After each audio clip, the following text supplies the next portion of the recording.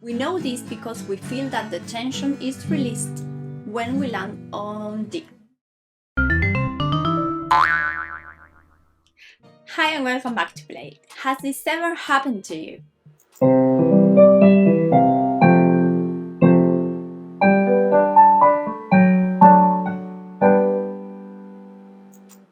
And while this doesn't sound completely wrong, this is called modulation by step. And it is not much of a smooth transition, it's just an abrupt change of key. Usually by half step or a whole step, and frequently used at the end of the song. You will find that the last verse of a lot of songs are a half step from the original, giving the composition a more dramatic ending. When you want to change key in the middle of a song, you need to use what we call modulation. And for this you can use different strategies. So I think we can do better.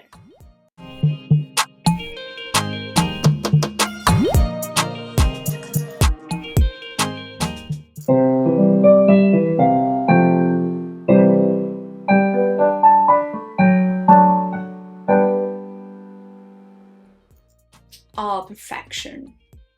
When we listen to music, we can feel expectation or relaxation. For example, the way we know that a song is not finished is because the music has built a sense of expectation without resolution, and we are expecting this resolution later. This tension will be released and we will know that the song has finished.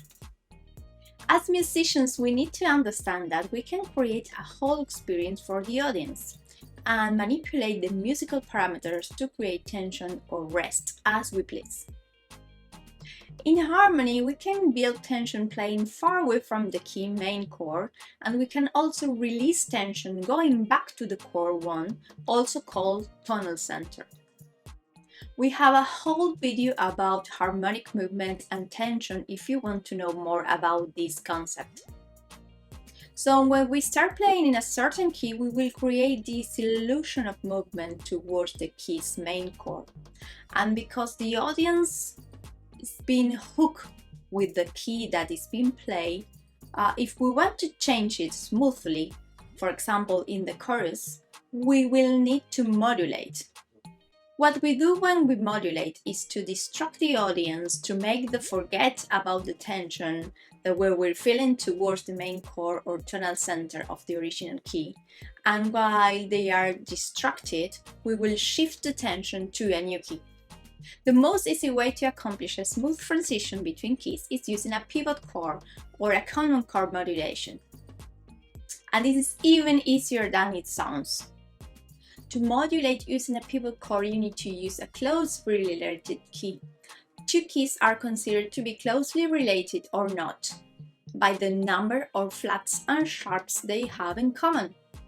Closely related keys usually have one flat or sharp difference, like C major and G major.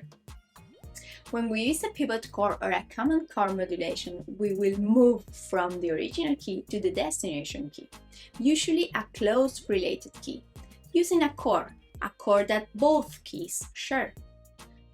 Let's check how many chords are shared by these two keys.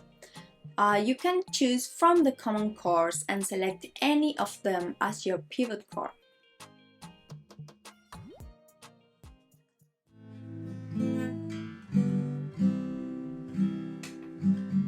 For example, the song Save Me by Queen starts in the key of G major, and the tension is clearly released when the chord G is played.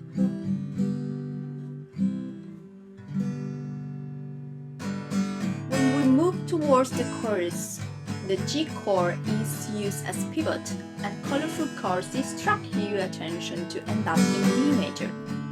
We know this because we feel that the tension is released when we land on D.